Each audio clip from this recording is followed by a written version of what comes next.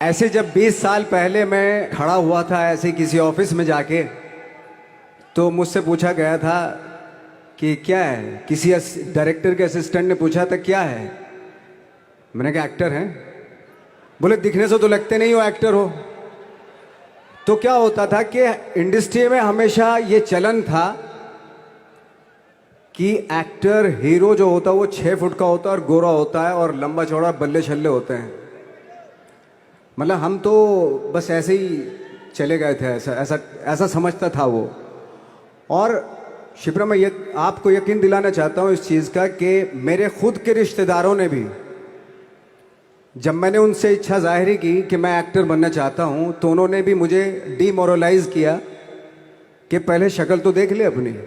क्योंकि 5 फुट का छोटा पतला दुबला सा आदमी, काला कलूटा, मुझे खुद को पता नहीं था कि इंडस्ट्री में मेरा क्या हाल होगा। बट एक जिद थी, एक जिद थी। और हजारों लाखों, मतलब सालों साल से इंडस्ट्री में सिर्फ यही चलन था कि एक्टर तो, हीरो तो जो है ऐसा होता है। लेकिन इन सब ऑड सिचुएशंस के बावजूद भी गए।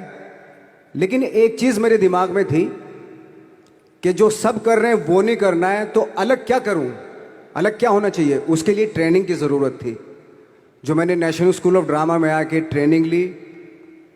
3 साल मैंने एक्टिंग की पढ़ाई की वहाँ पे, और अपनी एक क्राफ्ट के बारे में समझा कि एक्चुअली इस पर्सनैलिटी में अगर मैं लोगों को इम्प्रेस करना चाहता हूँ, उसके लिए एजुकेशन की बहुत ज़रूरत है। या जो भी आप काम कर रहे हो उसमें क्राफ्ट, उसका एक्सपर्ट होना बहुत ज़रूरी होता है। ऐसे ही हवा में नहीं कि जैसे पहले होता था, अरे यार तो बहुत खूबसूरत दिखता है, फिल्मों में जाके काम करना शुरू कर दे। ऐसा नहीं, किसी चीज़ को बारीकी से जानना, उसके लिए ट्रेनिंग की, एक्सपर्ट्स की, एक्सपीरियंस की ज़रूरत होती है। तो मैंने ट्रेनिंग ली नेशनल स्कूल ऑफ ड्रामा से। और 2000 में मैं पहुंच गया मुंबई। मुंबई पहुंचने के बाद जब हम किसी ऑफिस में जाते थे, आई थिंक उससे पहले चलन नहीं था बिल्कुल भी। हम लोग गए, जैसे मैंने बताया कि ऑफिस में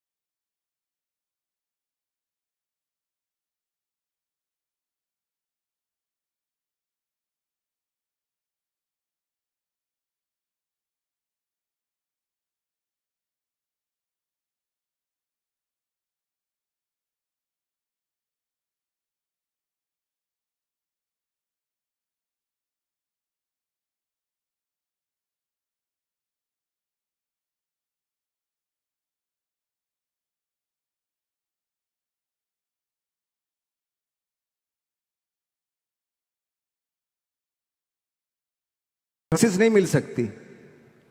फॉर एग्जाम्पल, एडिसन ने जब बल्ब का आविष्कार किया तो 100 बार एक्सपेरिमेंट किए अपनी ज़िंदगी में। 100 बार एक्सपेरिमेंट करने के बाद जब उसको पता चला कि अरे फॉर्मूला तो ये था बल्ब बनाने का, तो एटलीस्ट उसको ये, उसके साथ साथ उसको ये भी पता चला कि 100 जो तरीके हैं, 100 तरीकों से बल्ब नहीं बनता, ये भी पता चला उन फेलियर्स में उसको।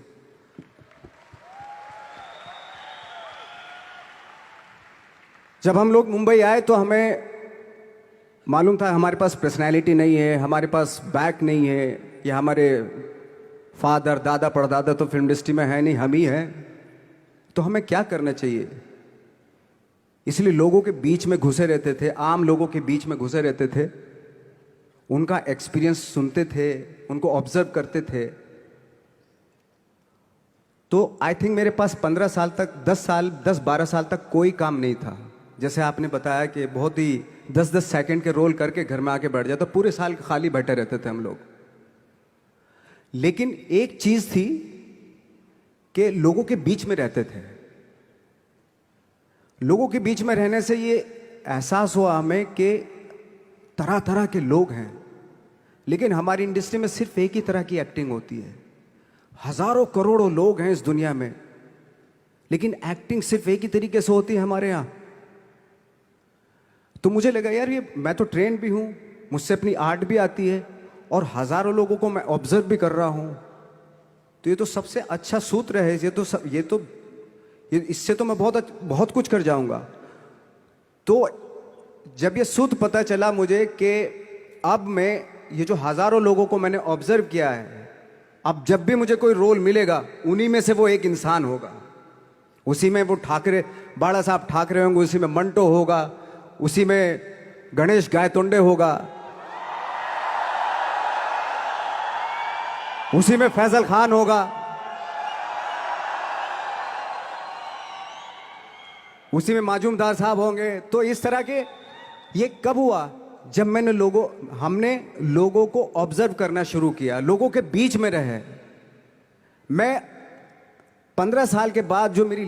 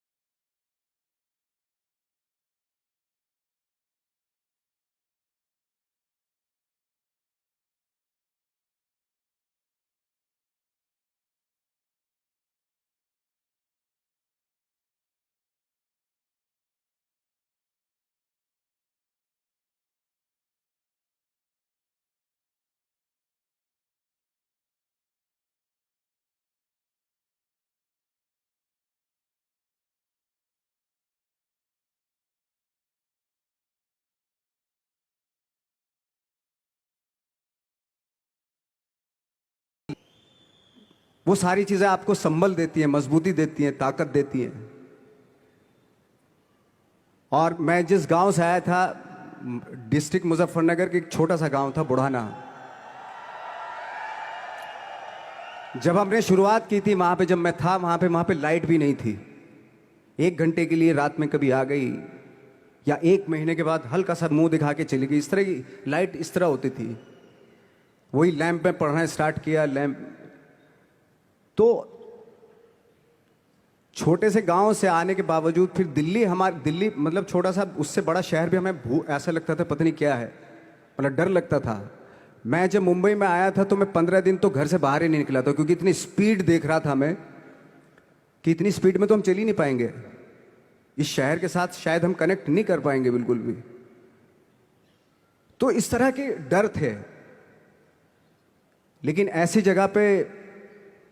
जगह पे आ गए थे कि अब जाना भी मुश्किल था। तो मतलब वापस नहीं जा सकते थे। वापस इसलिए नहीं जा सकते थे कि बहुत सारे डर थे। वापस अगर चले गए तो थिएटर के जो मेरे दोस्त थे वो बोलते, क्यों भाई वापस आ गए तुम भी?